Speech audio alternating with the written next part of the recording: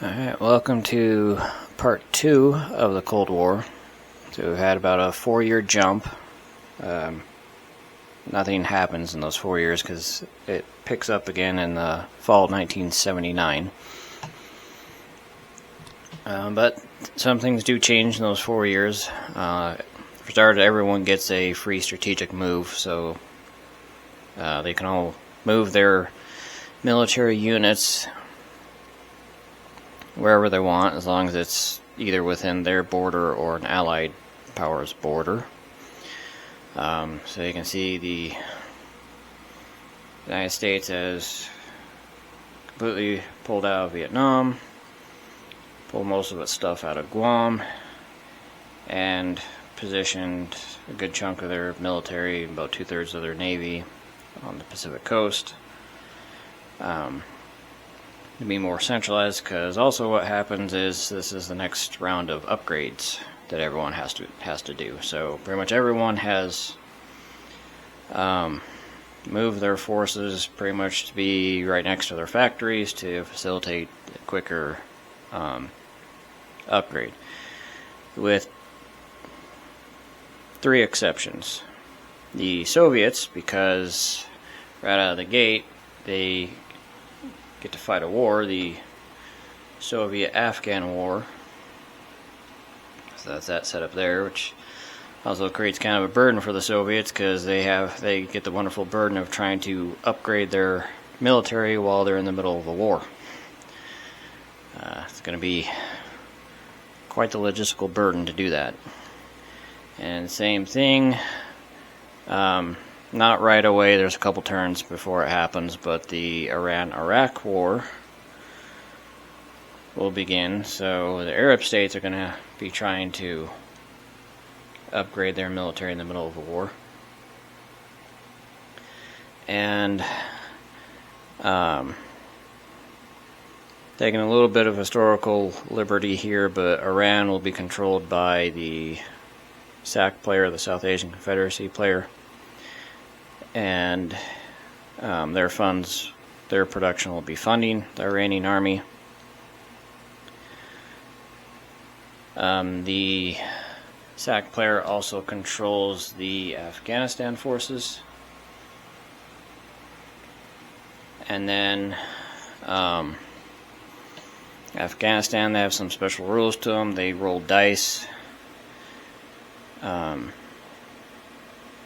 at the beginning of their turn, and that will dictate how many foreign fighters each province gets. And then they'll also be able to draw from NATO funds to build military units as well. So Soviets, to win, they have to gain control of all of Afghanistan.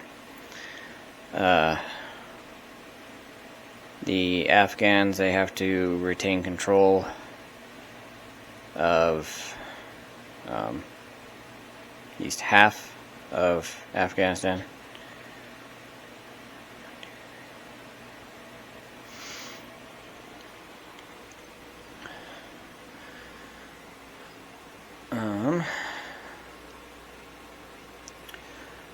See what else has changed. In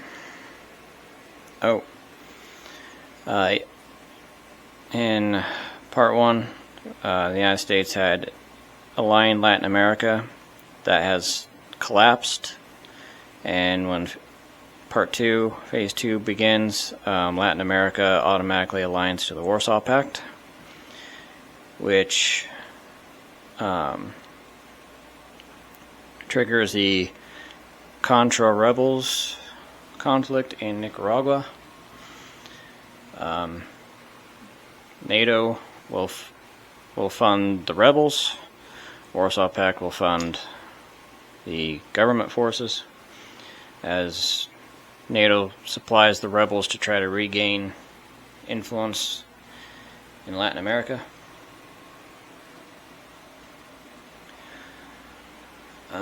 But that's pretty much the beginning of it.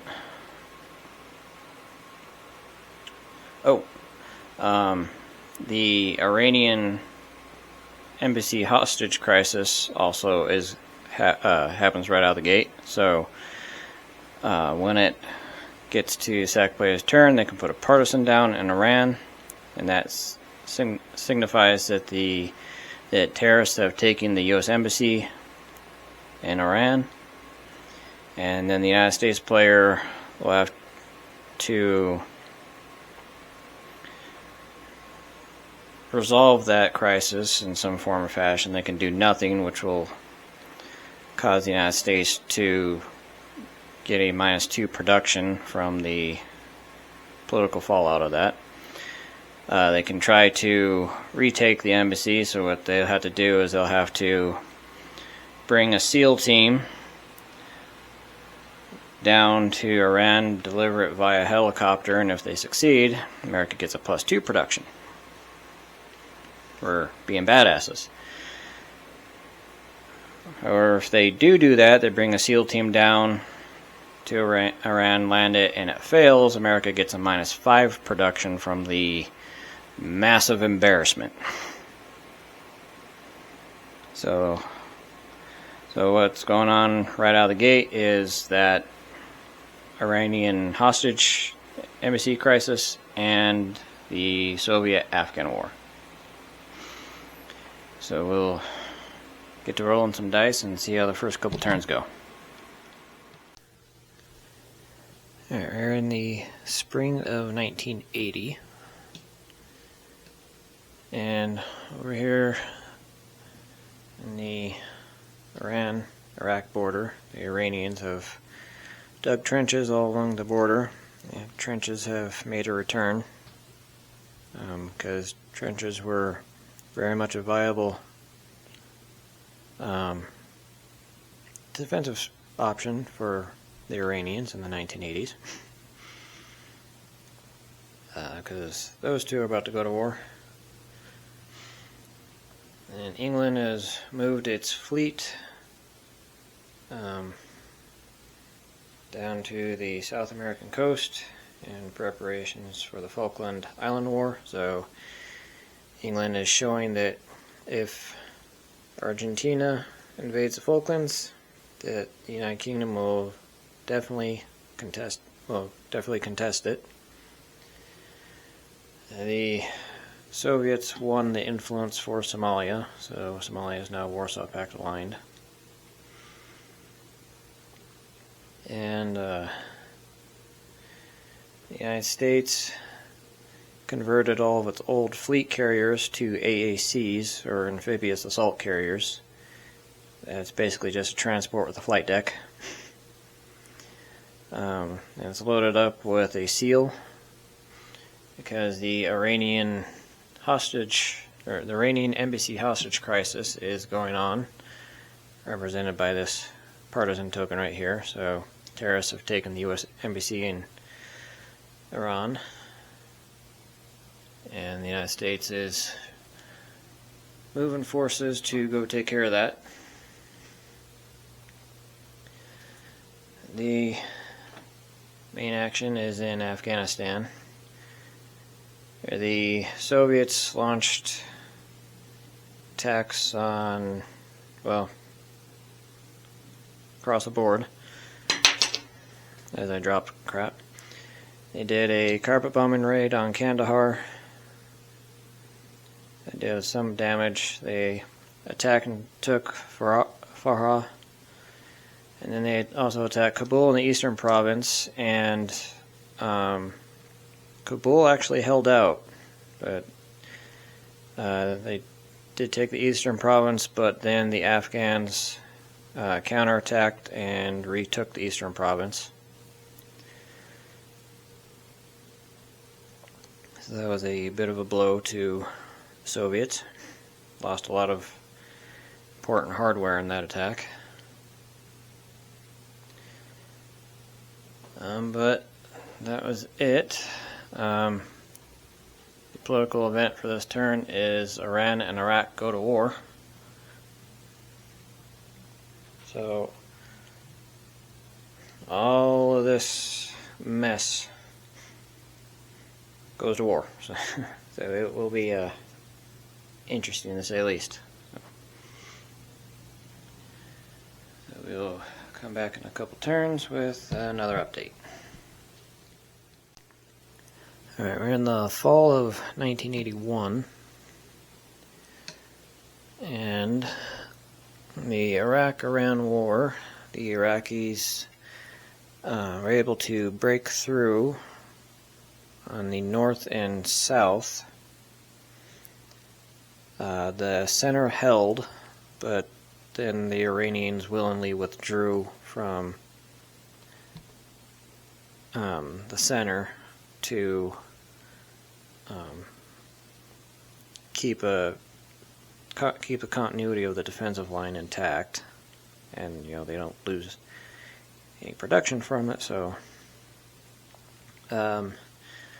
the U.S. landed its SEAL team and were successful in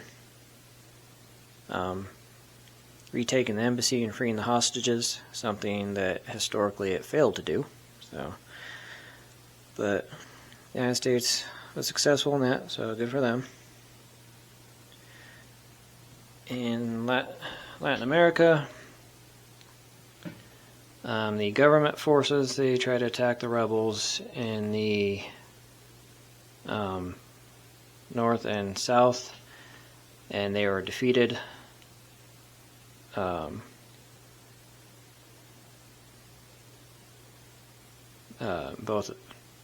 Both attempts.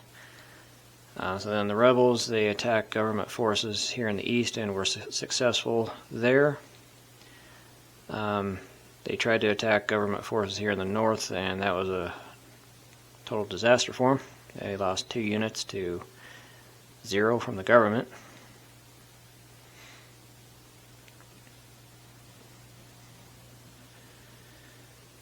And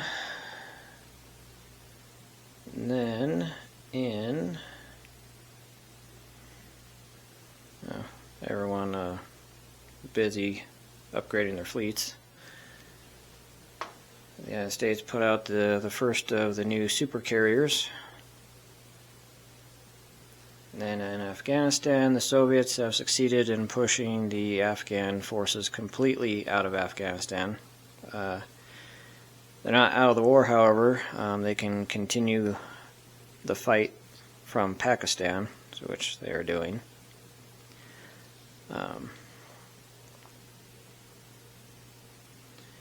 We'll see if the Soviets will be able to hold on to the ground they've taken. And the first of the dedicated attack helicopters is out, along with the new generation of American fighters.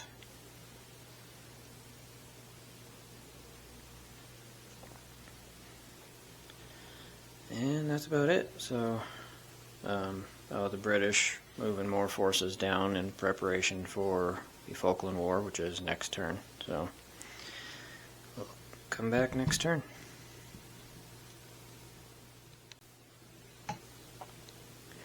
Alright, we're at the spring of 1982. And the Iran-Iraq War, not much happened. The Arab states moved in to this unoccupied zone to unify the front line. But other than that, refrained from attacking. Same thing with the Iranian forces, they didn't attack.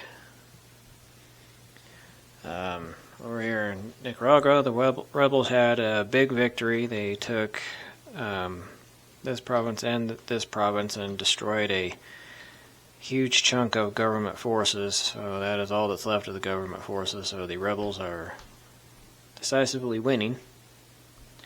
It's a good thing for the NATO players, because then that will put Latin America back in well, not back in the NATO camp, but it'll keep it out of Warsaw Pact, make it a neutral.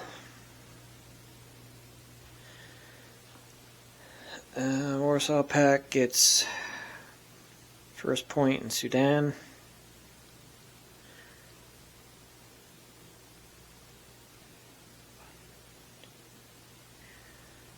And then the United States is moving a good chunk of its naval assets into the South China Sea. Probably not their final destination. However, all that is probably going to Iran, in case the United States wants to intervene in that war.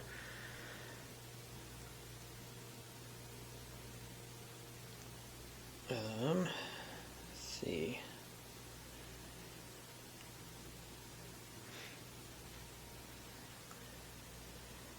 The United States moved all of its ground assets, with the exception of infantry, from the west coast to the east coast to make it easier to upgrade. And because America's next conflict is all in Iraq, Iran, and Afghanistan, so the shorter route is the east coast through the Med to there instead of the west coast coming across the Pacific all the way around through the Indian Ocean, and this is the shorter route. So America moved all of its, well, not all, but a good chunk of its ground assets to the east coast because that's a shorter route. Everybody concentrating on their navies right now. The United States put down 2 more fleet carriers of the supercarrier variety. These supercarriers can hold 3 air units instead of the old 2. The main fighting was in Afghanistan. Last turn, the Soviets took complete control of Afghanistan and then redistributed its forces along the Pakistan border. The Afghan forces and the foreign fighters, they attacked across the entire front. They weren't able to penetrate anywhere, but really that's not really what the goal was. The Afghan forces don't really have to worry about territory. They're safe in Pakistan. The Soviets can't touch them, so they're free to make incursions to Afghanistan, hit the Soviets, do damage, and then hop back over to Pakistan.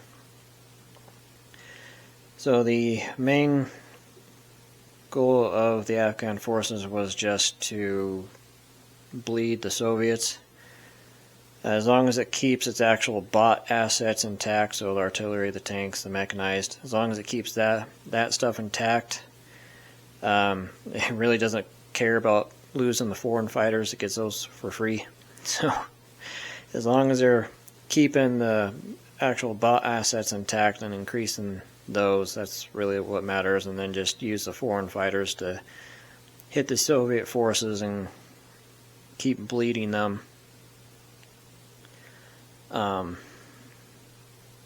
Until the Afghans reach a critical mass to actually attack and hold territory. Because right now they outnumber the Soviets in raw infantry, but the Soviets massively outclass them in firepower. So, but it's a long war. It's only we're only in turn 6 of 20, so the Afghans have a lot of turns to retake Afghanistan. The Soviets have a lot of turns to try to hold it.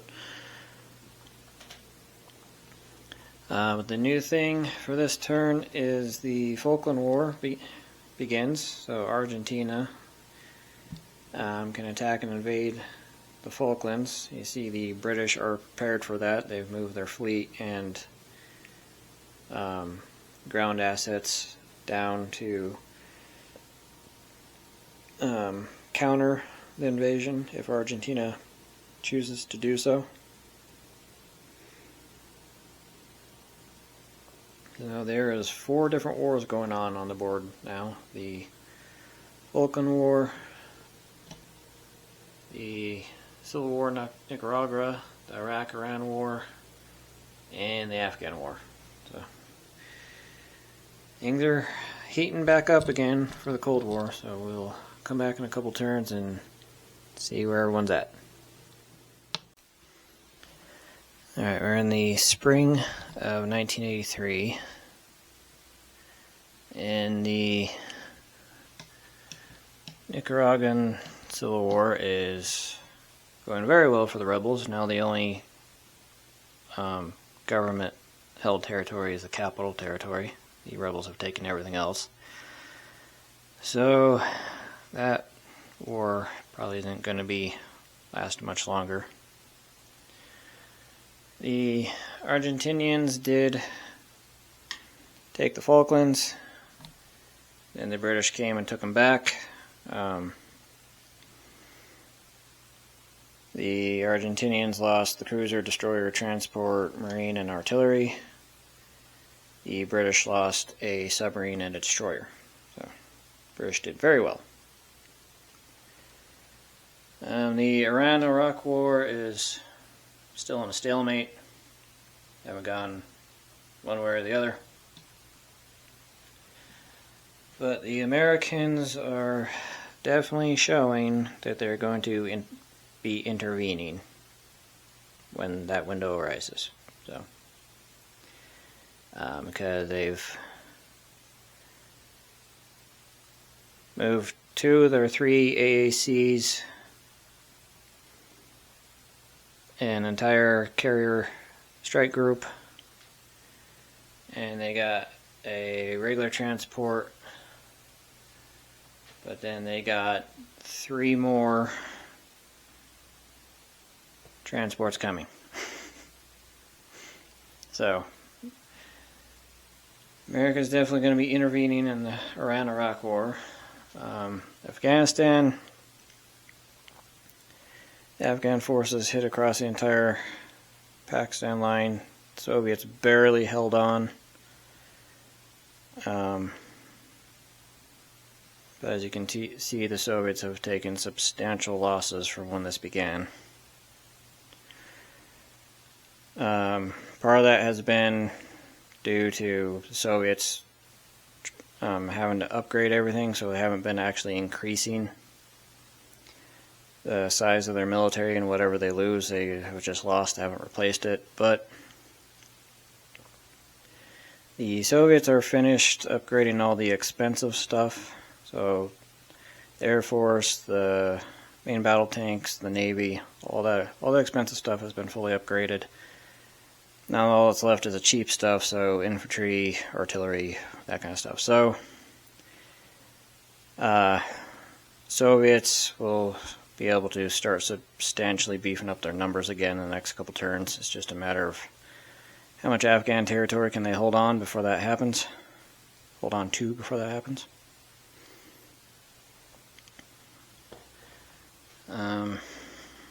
Various nations continue to build up their fleets. And that's about it. So we'll come back in a couple of rounds with another update. Alright, we're in the spring of 1984.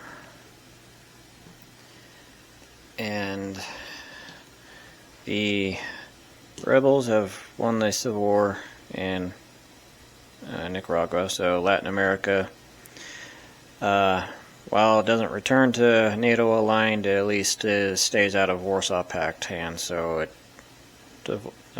returns to neutral.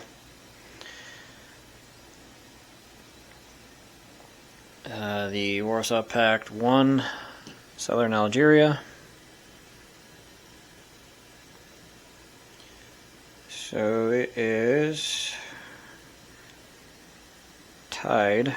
NATO has 4 territories. Warsaw has 4 territories. The Iraq-Iranian War is still stalemated. But as you can see, the American presence is growing exponentially. So I think it's pretty safe to assume that America will be intervening when the opportunity arises. America starting on its cruiser fleet. It's finished its new super fleet carriers. The big news is the Afghans have completely pushed the Soviets out of Afghanistan. That is great news for NATO. We're roughly halfway through the second part of the Cold War, so the Soviets have 10 turns to retake all these territories. So if they fail to do that, if the NATO-funded Afghans can hold on, then NATO will win the Cold War. So we'll see if the Soviets can rebound and counterattack, or if the Afghans will hold on to it. Everyone else is just continuing to upgrade their stuff. So. Alright, we're in the spring of 1986, and nothing's really happened in Europe. Iran-Iraq War is still a stalemate. And everyone else is just upgrading and building up, but Soviets have returned to Afghanistan. They pushed back in, took this northern province, but now they're going to have to spend a couple turns building some more forces to take another province, but Soviets are running out of time. They only have 1, 2, 3, 4, 5, 6, 7. 1, 2, 3, 4, 5, 6, 7. Yeah, 7 more turns. And so they gotta get moving pretty fast if they want to win this, and by extension win the Cold War. If the Soviets lose this, they lose the Cold War. So. But the event for this turn is Chernobyl has blown up. The nuclear reactor has gone into full meltdown, exploded, represented by this mushroom cloud in Ukraine. So what that means is the Eastern Bloc nations lose Ukraine's production for the rest of the Cold War, and then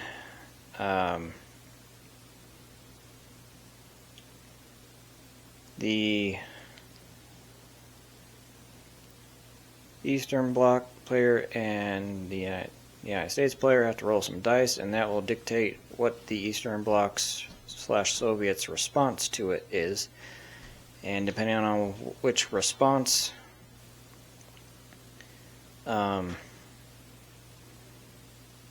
is decided will dictate how well the Soviets can contain the fallout.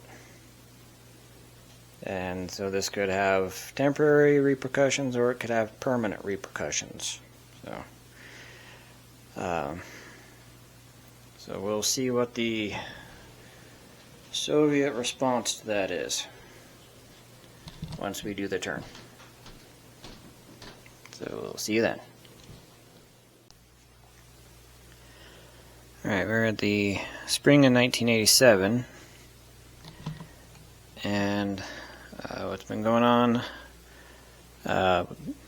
thing with Ukraine and Chernobyl, the dice were rolled, and the outcome was the Russian response to Chernobyl was slow at first, but they eventually did throw in everything they had to containing it. So Ukraine Eastern Bloc loses the production, and Ukraine is off limits for the Cold War. After the Cold War is over, that mushroom cloud goes away, and Ukraine is back open and can have stuff in it and move through it and whatnot.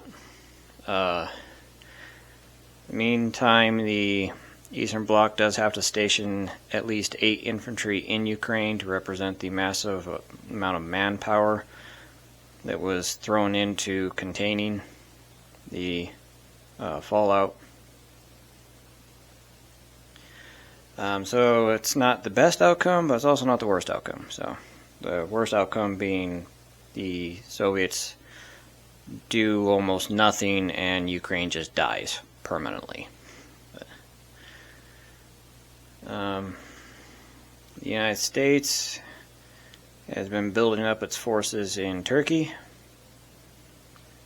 to have forces in place for a future conflict. And then over in Afghanistan, the Soviets have been building up a second force to launch another attack somewhere. Probably going to be here in Herat, but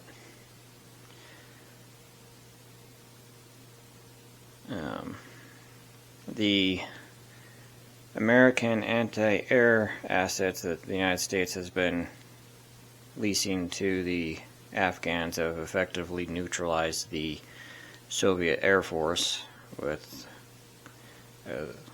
the exception of a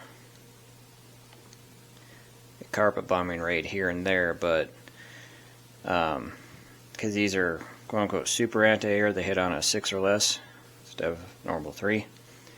It has effectively kept the Soviet attack helicopters and fighter jets grounded for pretty much most of the conflict, because each one of those getting 3 dice and hitting at a 50-50 chance, that's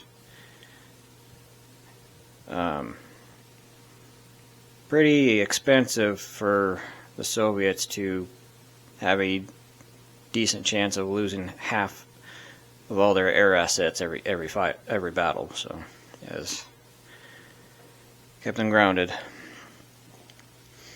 So the event for this turn is the Soviets can now begin influencing Panama.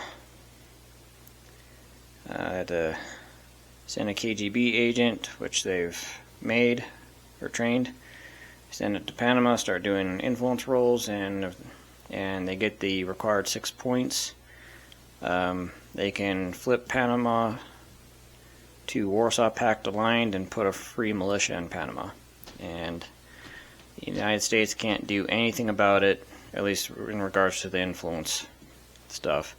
If the Soviets do this, flip the Warsaw Pact and put a militia there, then the United States can intervene and invade Panama to put it back to neutral. So we'll see what the United States and the Soviets do with Panama going forward. And we'll come back next turn with another update. Alright, in the fall of 1987, it's going to be a quick one. It's not a whole lot happened. Soviets have started influencing Panama, and everyone else is continuing to upgrade their stuff. And then the Soviets tried to take Herat, but they were repelled. So, not looking good for the Soviets winning Afghanistan.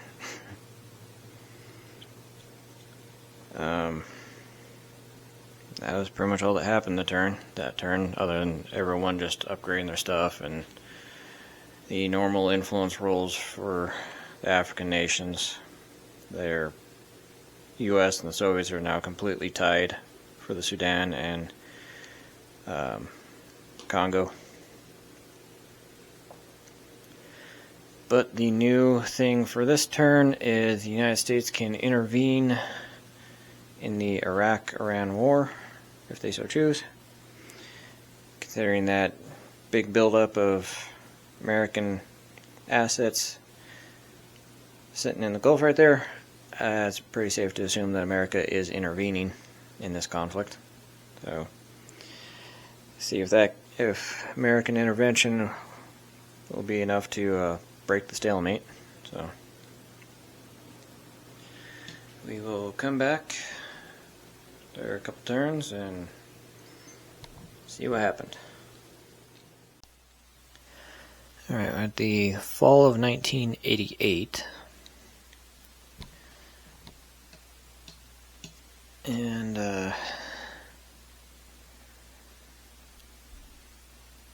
the Americans continuing to push into Iran, although this is the last turn of it, so the American involvement in the Iraq-Iran war is over. But the Iran having to pull forces away from the Iraq front did weaken them enough to where Iraq was able to break through the front barely. It took this province with just a mechanized and main battle tank left. That was it. But it looks pretty solidly like Iran is going to lose.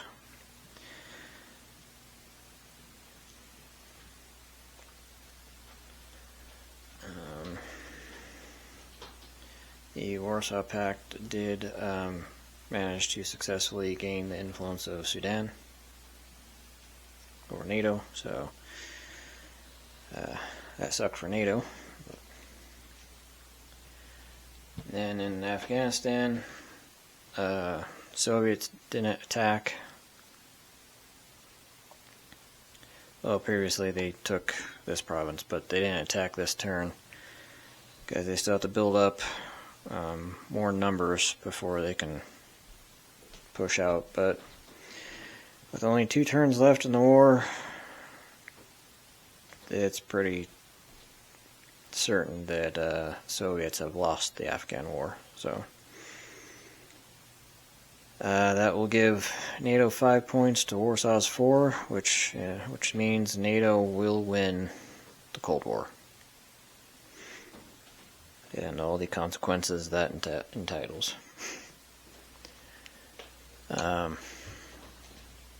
Soviets continuing to influence Panama to pull Panama out from under the United States. And that's pretty much it. Everyone else just busy upgrading. Some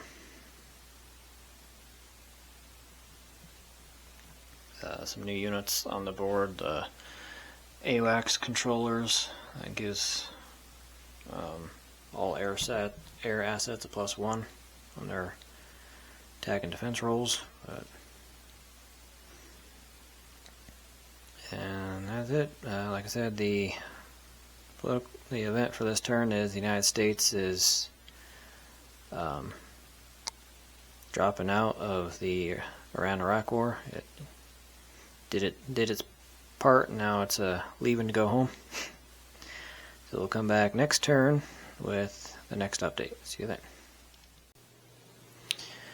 Alright, we're in the spring of 1989, right? Yeah, spring of 1989.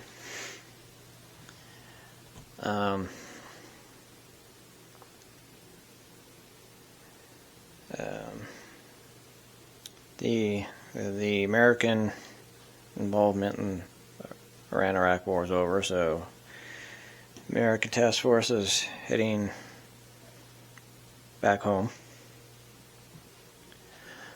The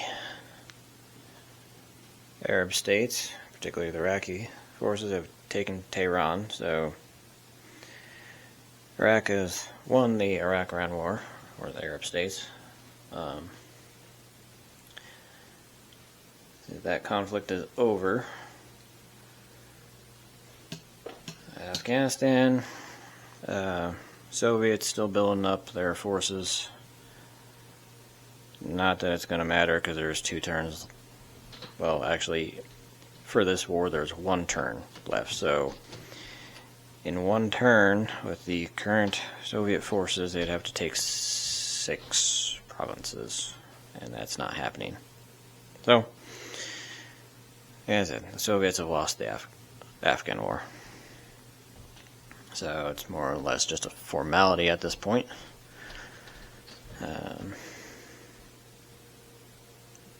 Yeah, that's about it. China's building a light carrier to upgrade its current light carrier.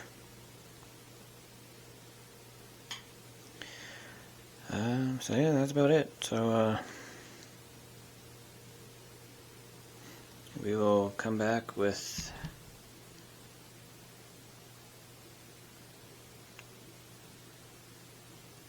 the end of the Cold War. Yeah, so we'll come back with the end of the Cold War. That's 2 turns from now, so see you then. Alright, we're at the fall of 1989. And, well, the only real thing that's going on is the Soviet-Afghan War. So we'll just go over there, because the only thing anyone else has done is just continue to upgrade their stuff. And, you know, Americans are still on their way back from Iran. But Afghanistan.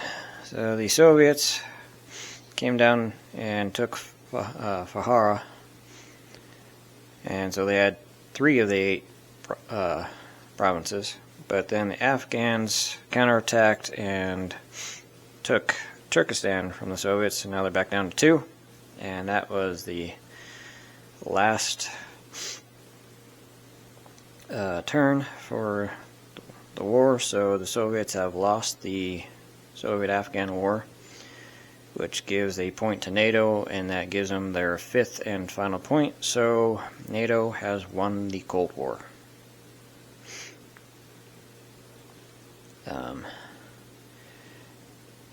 You know, Soviets didn't have any chance of winning it, so you might ask, you know, well, then why did the Soviets waste blood and treasure on taking a province if it wasn't going to matter? And the answer to that is the Afghans have left in terms of hardware, so not the foreign fighters, but the mechanized infantry, the artillery, the tanks, the regular infantry. That all carries forward. They get to keep that. And that will go to the SAC player, or South Asian Confederation player, once that forms.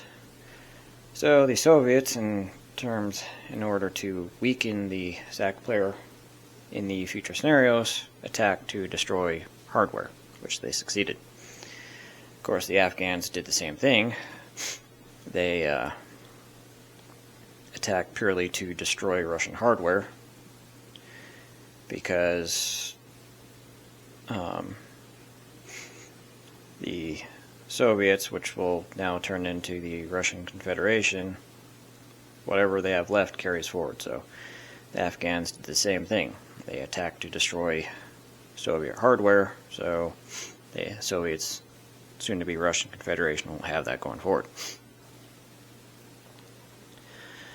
So that being said, the Cold War is effectively over, but that is not the end. There's still 1 more turn left, because there is still the matter of Panama. Next turn, Soviets will flip Panama to Warsaw Pact aligned, and the United States will have the option to send a military force down to invade Panama to convince it to not be part of the Warsaw Pact. So it should be a pretty quick turn, a pretty quick update, but we will come back next turn with what happens with Panama.